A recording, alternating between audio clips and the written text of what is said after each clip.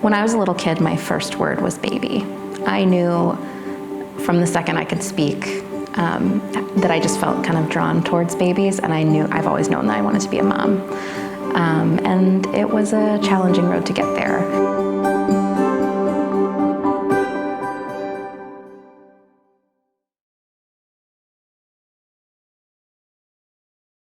I do struggle with infertility, and IVF was a part of our journey. Anna Chiles gave birth to her son Theo in June 2020.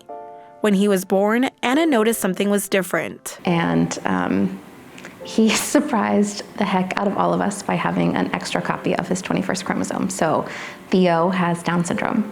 And despite all the prenatal testing and testing through IVF, nobody had a clue.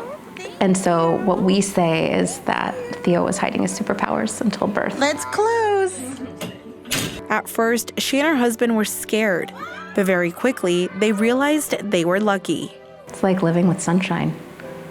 It is really hard to have sustained stress or anxiety or pain when he's around because he's just this tornado of joy. And he's wild, and he's incredibly silly, and he is empathetic and very social, deeply opinionated, quite spicy, honestly. And I can't believe he's mine. Anna was a middle school teacher and had always planned to go back to work after having a baby. I remember one of the first thoughts that I had when Theo was born. I looked at my husband in the hospital room and saying, I think I have to quit my job. But it took me almost no time to realize that that was really foolish of me. I mean, this kid was made to be in the company of others. So Anna started calling around, calling preschools her friends recommended. I remember exactly where I was driving, and I remember sitting in the parking lot and calling my first school. And I said, we had the conversation. Do you have a wait list? Okay, you just have a couple of kids on your wait list. Oh, we can come in for a tour next week. Perfect. How's your Tuesday? Tuesday's good for me. And at the end, I said, my child has Down syndrome. Are you inclusive to children with disabilities? And the director on the other end of the phone was silent for probably 10 seconds, to the point where I remember saying, hey, did I lose you? I was by the water. And then I think she talked for a minute straight, tripping over herself, saying, oh gosh, oh dear, we don't have the resources for that, and I don't think this is the right place for him. And I remember making this choice on the phone. Am I gonna fight back? And then the other side is, hang up the phone. She battled with herself, but then she just hung up the phone. Then she called more places and no one would take Theo. Finally, she found a place that would take him 2 days a week. And he did great there. I mean, I have something I want to show.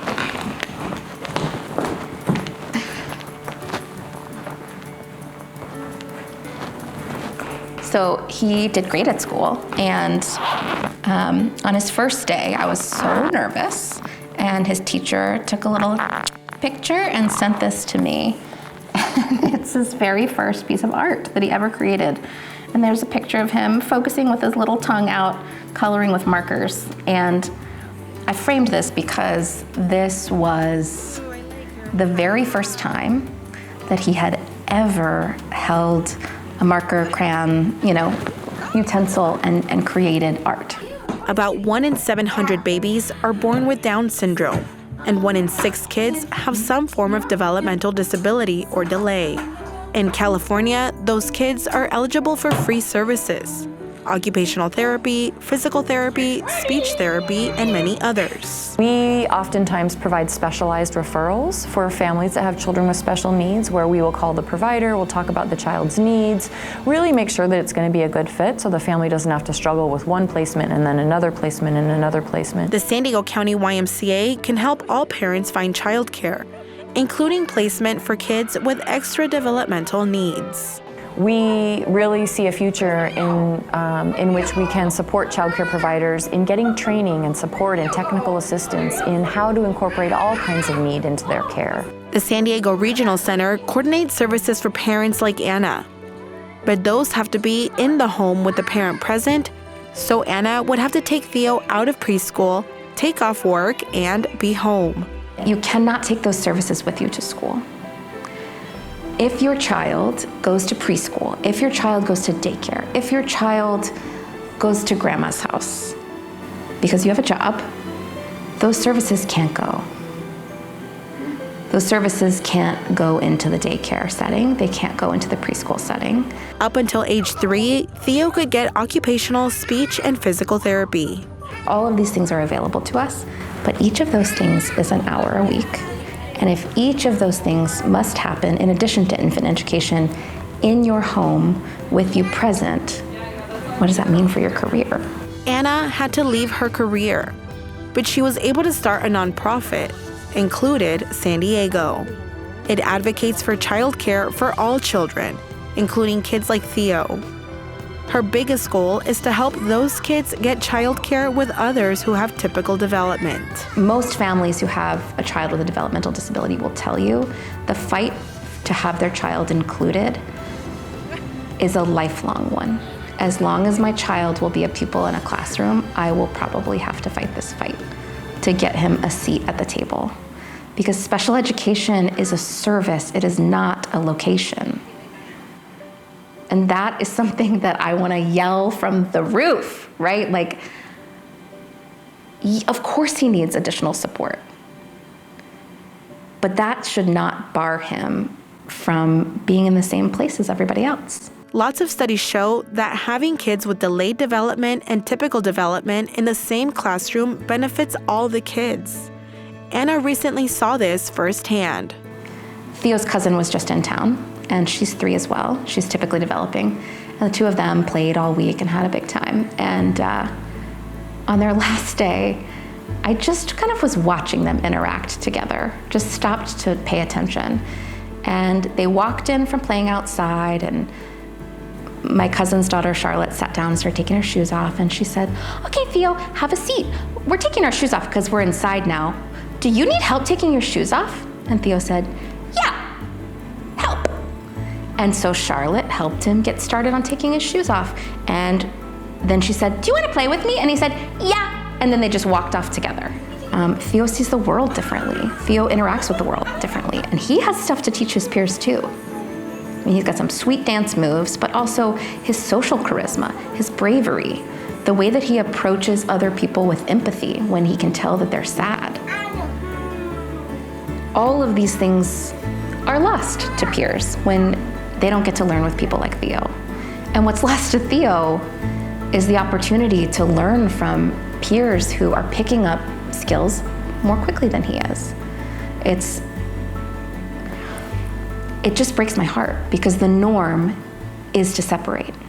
Her organization is helping train preschools to take on kids like Theo. We want to build a full-time preschool where kids are welcome all day, the same hours that their parents need to work. We also want to be an empowerment center for the disability community.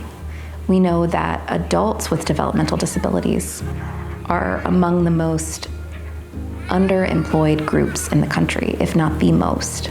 And what's more, folks with disabilities are often paid pennies on the dollar for the same labor or as neurotypical folks. So we want to employ and have a supported employment program for adults with disabilities. We want each of our classrooms to have a classroom aide who is an adult with a disability. I want my son Theo to walk into class and see that one of his teachers has Down syndrome just like him. That dream is slowly becoming a reality, as Included's first classroom opened to all children this year. Anna hopes the exposure to all children of all abilities will help them learn from each other. And when you don't know someone who is different than you, that might turn into fear, right? That might turn into you pointing as a child, and then when you're a parent yourself, saying, "Don't look," and pulling your child away. That happens, right? if we want to plant the seeds of a more compassionate public, we start with our littlest friends. Because I promise, if you provide them the opportunity, you create the conditions for them to be inclusive, they will do it, and they will keep it in their hearts as they grow up. And it's pretty rough out there. I think the one thing that I hope everybody can agree on right now is that we need a more compassionate public.